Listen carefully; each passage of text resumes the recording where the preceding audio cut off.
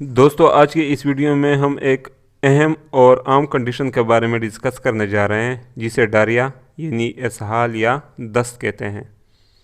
इस वीडियो में बच्चों में इसहाल के बारे में आपको बताएंगे। दोस्तों इस वीडियो में आपको बताएंगे कि डायरिया यानी इसहाल क्या है, डिहाइड्रेशन क्या है, इसके असबाब क्या है और डायरिया के स्टेजेस क्या है और इसका इलाज क्या है। पहले जानते हैं डायरिया यानी इसहाल क्या है। इसहाल बार बार पतले पानी जैसे पखानों का आना दस्त या इसहाल कहलाता है। अब बात करते हैं डिहाइड्रेशन की। बच्चों को बार बार इसहाल आना, चूँकि इसहाल में ज़्यादातर जिस्म से पानी का अखराज होता है, तो जब बहुत ज़्यादा पानी और मिनरल नमकियात बच्चे के जिस्म से इसका अखराज हो जाता है और जिस्म में इसकी कमी हो जाती है तो हम इसे डिहाइड्रेशन कहते हैं। यानी मुख्तसर ये कि जिस्म में पानी की कमी को डिहाइड्रेशन कहते हैं। बच्चों में डिहाइड्रेशन निहायत ही ख़तरनाक होता है जिससे बच्चे की जान भी जा सकती है। अब बात करते हैं कि बच्चों में डायरिया यानी इसहाल के असबाब क्या है। बच्चों में डायरिया यानी इसहाल वायरस, बैक्टीरिया, गाय की दूध की एलर्जी की वजह से, लैक्टोज पूरी तरह हज़म न करने की वजह से या बहुत ज़्यादा एंटीबायोटिक इस्तेमाल करने की वजह से बच्चों में इसहाल का सबब बनते हैं।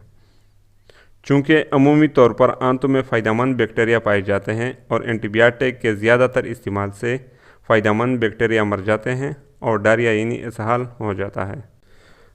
अब बात करते हैं डायरिया के स्टेजेस के बारे में।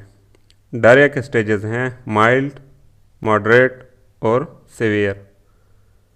बच्चे को अगर दिन में 3 से 5 मरतबा पतले पानी जैसे पखाने यानी दस्त हो तो इसे माइल्ड डायरिया कहते हैं, और बच्चे को अगर दिन में 6 से 9 मरतबा इसहाल यानी दस्त हो तो इसे मॉडरेट डायरिया कहते हैं, और बच्चे को अगर दिन में 10 या इससे ज़्यादा इसहाल यानी दस्त की शिकायत हो तो इसे शदीद यानी सीवियर डायरिया कहते हैं। दोस्तों बच्चों में इसहाल यानी दस्त के बारे में कुछ अहम मालूमात शेयर करने जा रहा हूँ। अगर आप हेल्थ फील्ड से ताल्लुक़ रखते हैं तो ये मालूमात आपको फ़ायदा देगी, और अगर आप मेडिकल फील्ड से ताल्लुक़ नहीं रखते तो भी ये मालूमात बहुत ही अहम है। पहली और बहुत ही अहम बात कि बच्चों में डिहाइड्रेशन तक नौबत न पहुँचे, यानी इतने इसहाल बच्चों को न हो कि बच्चे के जिस्म में पानी की कमी वाक़या हो जाए। अमूमी तौर पर डिहाइड्रेशन के अलामात के बारे में आपको पता होना चाहिए। डिहाइड्रेशन के अलामात हैं नंबर 1, होंठ और ज़बान का खुश्क हो जाना। नंबर 2, बच्चा जब रोता है तो इसके आंसू नहीं आते। नंबर 3, दंसी हुई आंखें और गाल वगैरह शामिल हैं।